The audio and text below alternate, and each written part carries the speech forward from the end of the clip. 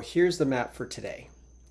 First, right now, we're going to talk about how there's two important things to keep in mind when you are finding your repeatable sales process, sales model.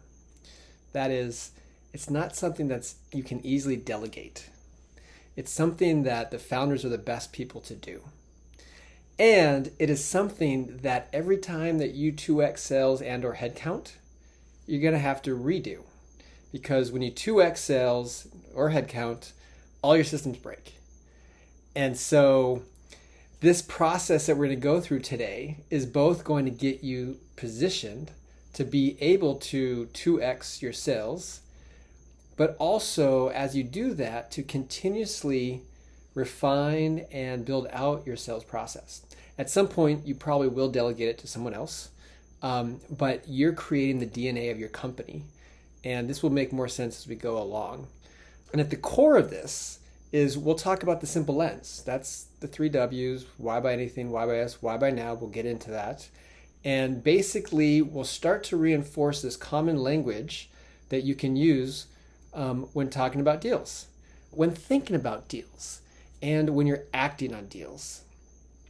Which then leads us to the status updates, basically a pipeline review.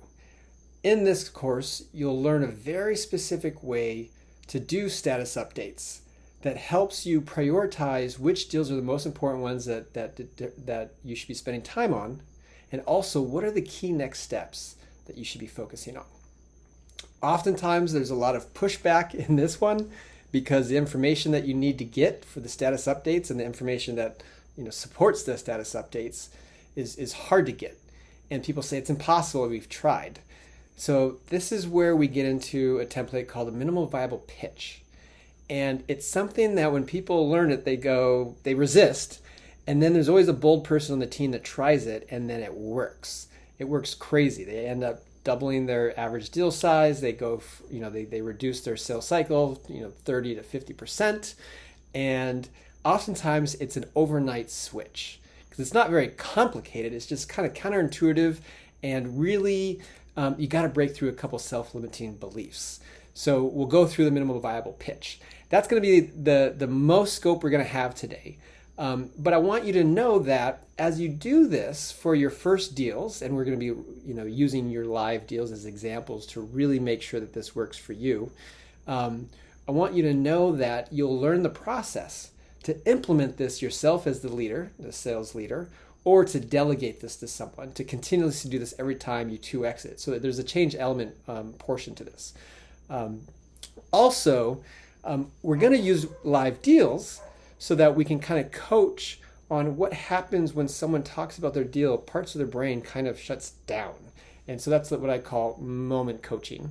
And so we'll use specific deals and potentially specific moments of specific deals to really illustrate that and to start to cut through that.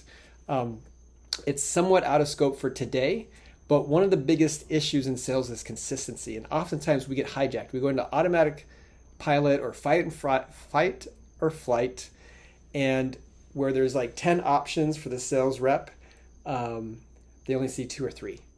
And so this process will lead you to your edge. And that's then when, during this call, we'll probably start to play with some of the hijacks. But that's something for the future.